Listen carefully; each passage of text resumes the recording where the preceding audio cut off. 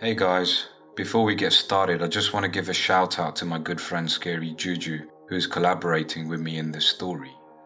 Make sure to subscribe to his channel. I'll leave the link to his channel in the description below. Enjoy.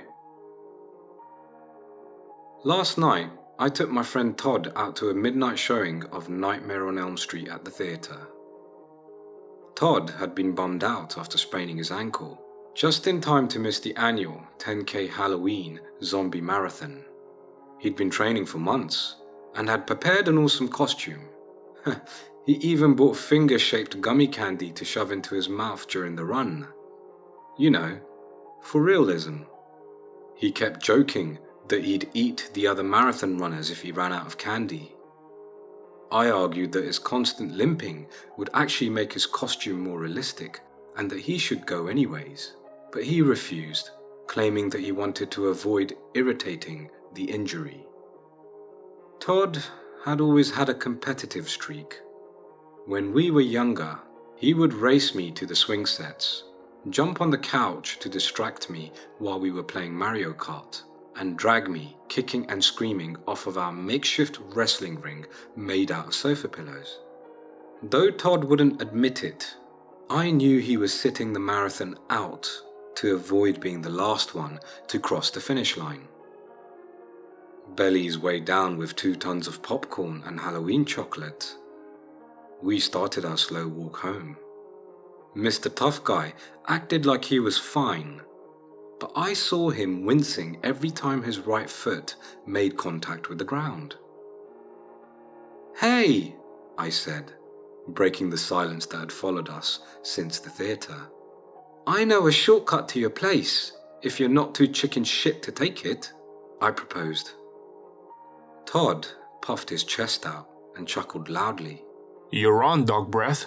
Don't come crying to me like a little wuss if you get scared," he replied, looking quite proud of his comeback. Adulthood had made us wiser, but certainly not more mature. I turned the corner and led Todd down the shortcut I had only taken a couple of times before. A cold wind blew through the deserted street. Trick-or-treaters had long since returned home and fallen into diabetic comas from all the sugar. My Halloween coma was going to start the next day, once I bought leftover candy from the store for a fraction of the cost. I grinned as we passed the parked car. "What the heck?" I said. Todd quirked a brow and turned his head towards me.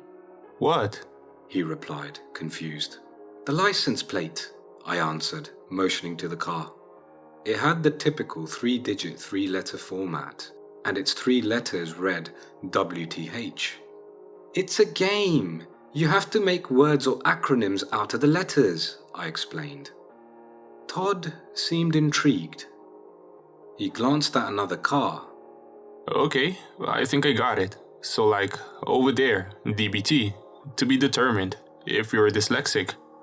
A chuckle escaped my lips. I gave him a thumbs up. "I like that. Okay, let's see. Over there, we've got SPK. Spooky?" I continued. We both started laughing when we spotted one that read SMB.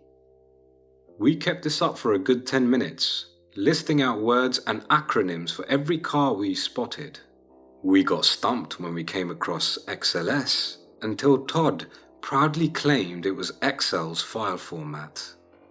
Shit, I should have taught him this game sooner. We turned another corner, only to come face to face with a roadblock. Construction crews all over the city were struggling to finish their work before the freeze. Travel had gotten difficult for pedestrians. To get to work that morning, I had to take 5 freaking detours. Fortunately, I spotted a bike path through a small forest on our left. I had a vague recollection of seeing a path near Todd's house, so I figured we'd get there eventually if we took it. I didn't have the heart to tell Todd we had to double back and make him walk on that ankle of his, so I trudged onward, acting like I meant for us to go there. I spotted an unmarked black van just outside the entrance, and nudged Todd to look at it. "Check out surveillance van number 6. You didn't tell me the FBI was watching your neighborhood," I joked.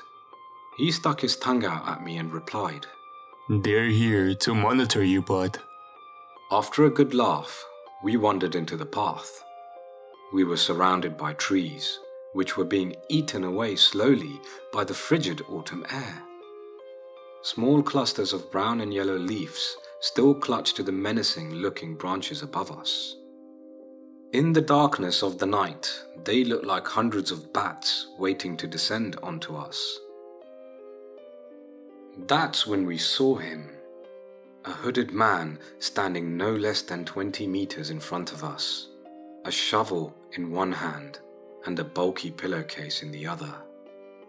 He seemed to have come out of nowhere. At first, I mistook him for a lost trick-or-treater, but I soon realized he was far too old, and what I thought was a full bag of candy had an eerie shape and dripped in an unknown liquid onto the leaf-covered ground beneath it. For a moment, time seemed suspended. Neither Todd, the stranger, nor I made a single move. If not for the thrashing sensation of my heart beating against my chest, I would have thought we were in a movie that someone had paused. My eyes slowly trailed towards a pile of dirt just next to the gravel road and then to the large hole in its shadow. My mind was racing. Every inch of me wanted to run. There was something so unnatural about the scene. It was as though the air itself had become tangible and heavy. So very heavy. Todd looked as white as a ghost. I think he was coming to the same conclusion as me, though neither one of us dared to say it out loud. The hooded figure, covered in dirt, suddenly dropped the pillowcase. It hit the ground with an unnerving thud. Something rolled out of it. I couldn't make out what it was at first. It was furry and damp.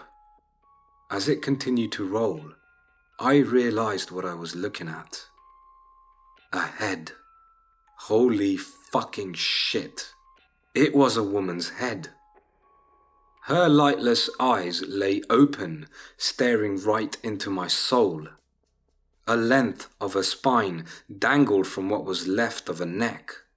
Her hair was soaked in blood, and flesh had gotten tangled into her locks. Adrenaline surged through my veins. We had to run. I looked at Todd, hoping to see the face of a man ready to escape. Instead, I saw a scared boy frozen in place. We couldn't stay there. We were going to get killed if we didn't run. A shameful thought crossed my mind, and even now I struggled to admit it. I thought of leaving Todd behind. He was in no condition to run. He would only slow me down. Maybe, just maybe, if I left him there, I'd survive. My body trembled violently. The adrenaline was making it hard to decide between fight and flight. The stranger made the decision for me. Shovel in hand, he bolted towards us. I grabbed Todd violently by the arm. "Shit, Todd, run!" I screamed, hoping to all hope that I could pull him out of his stupor. I didn't care how badly his ankle hurt.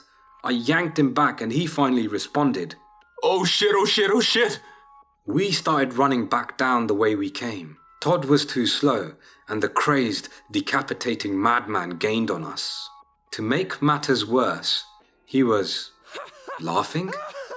I could picture Todd and I getting brutally cut up into pieces by a chainsaw as this guy laughed and laughed over our mangled remains.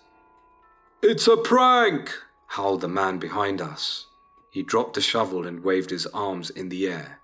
"It's for YouTube!" he screamed louder. Todd and I slowed down. My cheeks flushed red as we came to a stop. I cupped my hands to my knees and inhaled deeply. "Well, what?" I mumbled. The stranger laughed louder and pulled down his hood. He was a fairly normal-looking Caucasian male in his 30s. He pointed towards the wooded area. "We're filming a Halloween prank. Oh man, you should have seen your faces," he said. My head was spinning, playing catch-up quite inefficiently. Todd began laughing hard. "Shit, oh my gosh. You got us good, man," he replied, heaving a sigh of relief. I was too rattled to comment. I genuinely thought I was going to die, all for a stupid YouTube video. It took me a few minutes to compose myself. The prankster introduced himself with his YouTube handle, which I regrettably cannot remember. He asked for permission to use our reactions, and Todd enthusiastically agreed, while I gave a nonchalant, consensual wave. He smiled broadly. "Great, we're going to need you to sign a consent form. I didn't print enough, so I'll just mail it to you guys. Where do you live?" he asked in a friendly tone. Todd answered immediately. I wasn't quite as eager. "I'm from out of town. I'm staying over at his place," I lied. Todd understood. I've never been big on sharing personal information with strangers. I usually glare and refuse to give out my postal code to cashiers when they ask me. Why the fuck do they need that information anyways? I'm buying something from this stupid store and I just want to go home. Stop asking. In any case, the stranger jotted down Todd's address, and we were left to our own devices. We continued down the bike path and stopped near the hole. Todd playfully prodded the severed head with his fingertips. "Cool, it feels so real." I refused to touch the prop. The rest of the way, Todd chirped and laughed about how we were going to be YouTube stars, teasing me about how frightened I looked earlier. I, on the other hand, couldn't shake the feeling that something was wrong and added very little to the conversation. The prankster kept saying "we" and motioning to the trees as though someone was filming in there. We spoke with the guy for a good 20 minutes, but his buddy never came out. I never actually saw the camera, nor did I feel another person's presence there with us. I shrugged it off as nerves. Todd and I parted ways and I headed home, feeling silly about how freaking scared I was. It took me a while to fall asleep, but eventually, exhaustion won out.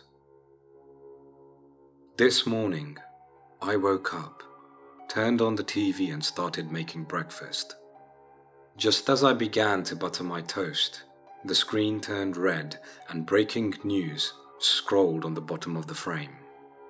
Police had unearthed the severed remains of a woman in a shallow grave on the bike path. Her torso and legs were found in an unmarked van not far away, along with an unidentified man's arm. Oh shit. Since then, I've been ringing Todd up on the phone. He's not answering. I've texted him. I've emailed him. I've made a stupid Twitter account so I could tweet him. No answer. Why isn't Todd answering?